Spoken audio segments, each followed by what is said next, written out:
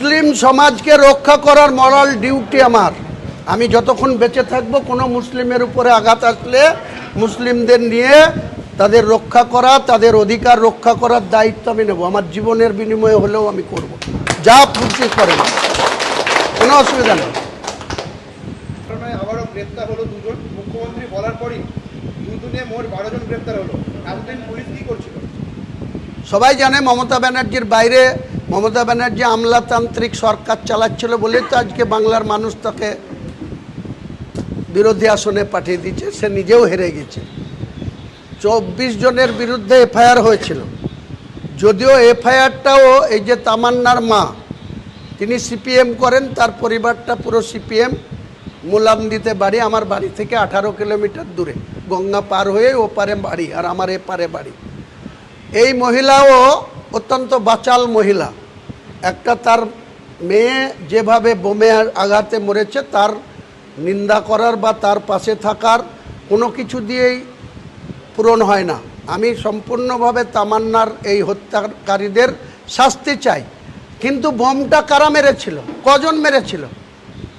ওখানে সিপিএম, ওই সেজমিলন্দিতে সিপিএমের শক্তিশালী সংগঠন, তারা নির্বাচনের টাইমে আলিফা আহমেদ, যে নাসিরউদ্দিন আহমেদ যে কালীগঞ্জের বিধায়ক ছিল, তার মৃত্যুর পরে যে উপনির্বাচন, যেটা 23শে জুন রেজাল্ট হয়েছিল, 23শে জুনে যেখানে তার বাড়িতে গিয়ে বোম মেরেছিল, ওই মেয়েটা নিষ্পাপ ছিল, তার কোনো দোষ ছিল না তামান্নার।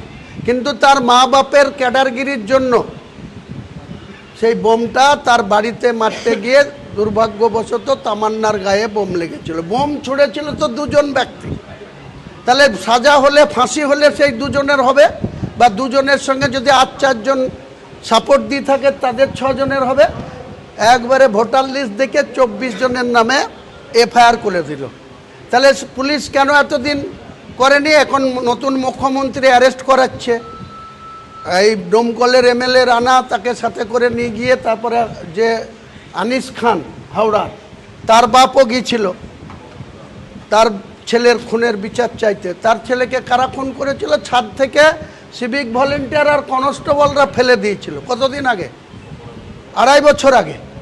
আর এটা 23শে জুন 2025, 23শে জুন 2025 বাই ইলেকশনের রেজাল্ট হয়েছিল। কারণ 1 জানুয়ারি নাসিরউদ্দিন খাঁ মারা গিয়েছিল। জুন মাসে বাই ইলেকশনের রেজাল্টের দিনে তামান্নার উপরে বোমের আক্রমণ এসেছিল। আমরা চাই তামান্নার খুনিরা সাজা পাক, কিন্তু 24 জন কেউ খুনের সঙ্গে যুক্ত ছিল না। আজকে এই সরকার খুব তৎপর যে কোথায় কোথায় মুসলমানদেরকে জেলে ভরা যাবে, এই পরিকল্পনা নিয়ে যারা প্রকৃত খুনি তাদের কিন্তু অ্যারেস্ট করেছিল পুলিশ। এখন যারা 24 জনের মধ্যে 10 জন 11 জন অ্যারেস্ট ছিল। আজকে মুখ্যমন্ত্রী আবার পুলিশকে বলে, পুলিশ মন্ত্রী তিনি, তাই তারা অ্যারেস্ট হচ্ছে। প্রমাণ করতে হবে তো যে 24 জন তামান্নাকে, একটা মহিলাকে, একটা বাচ্চা মহিলাকে একটা বোম মেরে 10টা মানুষ খুন হয়ে যেতে পারে একটা বোম চার্জ করলে, কিন্তু সে একা খুন হয়েছে। খুনটা জঘন্য, তার শাস্তি হওয়ার দরকার। কিন্তু 24 জন বোম মেরেছে, 24 জন মানুষকে ফাঁসি দিচ্ছে কে? আগেই বলেছিলাম, মরছে কে মুসলিম, মারছে কে মুসলিম, কেস খাচ্ছে কে মুসলিম, জেল খাচ্ছে কে মুসলিম, আর ডিম খাচ্ছে কে? দারোগা বাবুরা।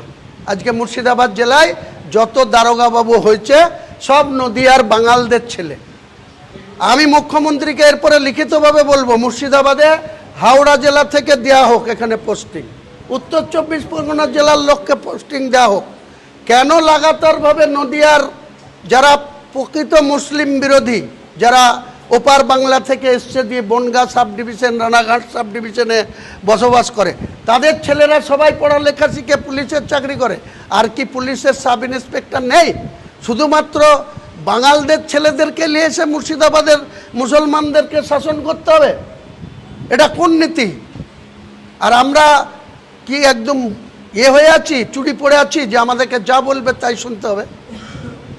তাদের বিরুদ্ধে অ্যান্টি করাপশনেও যাব, তাদের বিরুদ্ধে ভিজিলেন্সেও যাব। এক একটা দারোগা কত টাকা করে মাইনা পায়? 2 বছরের যদি দারোগাদের অর্থনৈতিক ব্যাপারটা ইনকোয়ারি করে, অ্যান্টি করাপশন ডিপার্টমেন্ট ইনকোয়ারি করে, একজন দেখবেন কেউ 50 কোটি টাকার মালিক হয়ে গেছে, কেউ 30 কোটি টাকার মালিক হয়ে গেছে। এগুলা কি দুর্নীতি না? তৃণমূলের দুর্নীতিবাদদের যেমন জেলে ঢুকাতে হবে, তেমনি পুলিশ প্রশাসনের মধ্যে এখনও দুর্নীতি চলছে। এখনও শুভেন্দু অধিকারীর পুলিশ মন্ত্রী, এখনও এই জেলায় নির্বিচারে দুর্নীতিকে প্রশ্রয় দেওয়া হচ্ছে। আমরা দেখতে পাচ্ছি তাদের বিরুদ্ধে কোনো ব্যবস্থা নেই, তাদের বিরুদ্ধে কোনো মুখ খুলছে না। আজকে মুর্শিদাবাদের মতো জায়গায় একসময় বুদ্ধবাবু বলেছিল যে অন্ততপক্ষে একটা দারোগা, একটা থানাতে যদি 8 জন অফিসার থাকে 2 জনও মুসলিম অফিসার থাকবে। আজকে আমরা মুর্শিদাবাদে 27টা থানা, কোনো মুসলিম ওসি নাই। যা 2-1টা ছিল তাদেরকেও ফিনিশ করে দেওয়া হলো পরিকল্পনা করে।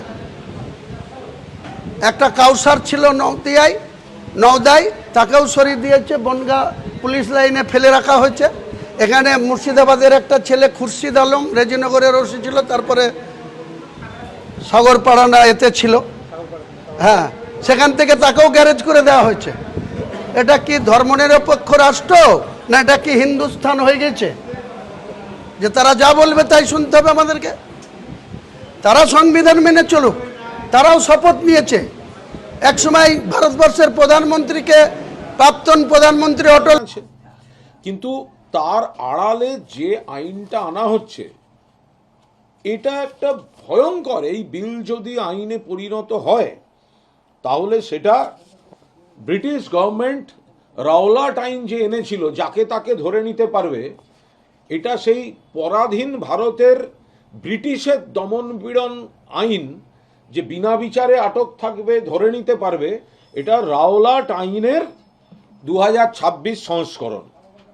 তো এখন ব্রিটিশরা দমন পীড়নের জন্য যে ধরনের ব্যবস্থা নিয়েছিল এই বিলটি, তাই এই বিলটি মূলত আমরা মাননীয় মমতা বন্দ্যোপাধ্যায়ের নেতৃত্বে সর্বভারতীয় তৃণমূল কংগ্রেস বিধানসভার ভেতরে এবং বাইরে এই বিলের সর্বাত্মক বিরোধিতা করবে।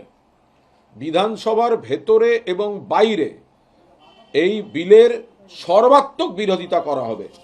আমরা নিশ্চয়ই ল অ্যাবাইডিং সিটিজেন, আমরা আইনের পক্ষে, কিন্তু এখানে যেভাবে একেবারে আমাদের পদ্ধতি কি, এখন যেটা আপনি কোনো অপরাধ, আমি কোনো অপরাধ করছি কিনা, আমাদের জন্য আইপিসি আছে, এরপরে যে তদন্ত বিচারের জন্য সিআরপিসি আছে, পরে চলে এসছে ন্যায় সংহিতা, কিছু কিছু ক্ষেত্রে অন্যায় সংহিতা হয়ে যাচ্ছে। তো এখন তারপরে এটা যেটা এসছে সেটা একেবারে উল্টো পুরাণ, উল্টো রথের মতো উল্টো সংবিধান। ভারতের সংবিধান যে অধিকার মানুষকে দিচ্ছে তার সম্পূর্ণ পরিপন্থী এই বিলটা। এখানে যা বলা হচ্ছে যে এখন যে কোনো ব্যক্তিকে, এটা 2 নম্বর ক্লজে, ক্লজ 2D-তে এখানে গুন্ডা শব্দের একটা নতুন ব্যাখ্যা দেয়া হয়েছে। তো গুন্ডা তো গুন্ডাই, তার তো দমনই হওয়া উচিত, কিন্তু গুন্ডা শব্দটাকে নতুন করে ডেসক্রাইব করতে গিয়ে এমন শাখা প্রশাখা করে দেওয়া হয়েছে যে ওই অ্যাক্টিভিটিসের মধ্যে ইচ্ছা করলে যে কোনো কাউকে জড়িয়ে দেয়া যেতে পারে। অর্থাৎ গুন্ডা মানে আপনি আমি যেটা ভাবছি, গুন্ডাটা সেখানে থাকছে না। এখানে এমন কিছু ক্লজ, গুন্ডা মিনস এ পার্সন হু বলে যেটা দেয়া হয়েছে, তাতে যেটা সরকার খারাপ মনে করবে তাতে কে কীভাবে জড়িত, এবং সেই জড়িত রাখার অনেক রকম দরজা খুলে দেওয়া হয়েছে।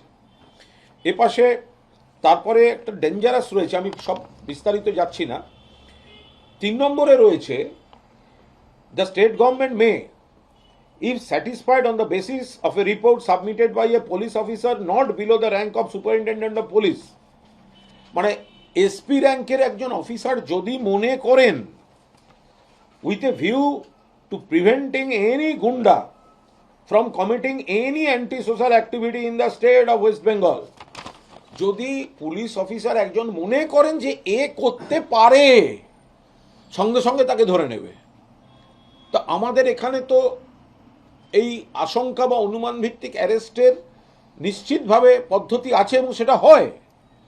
কিন্তু তার সঙ্গে এবার যেটা যোগ করে দিচ্ছে যে আপনি মোটের উপর কাউকে অ্যারেস্ট করলে 24 ঘন্টার মধ্যে কোর্টে প্রোডাকশন করতে হয়।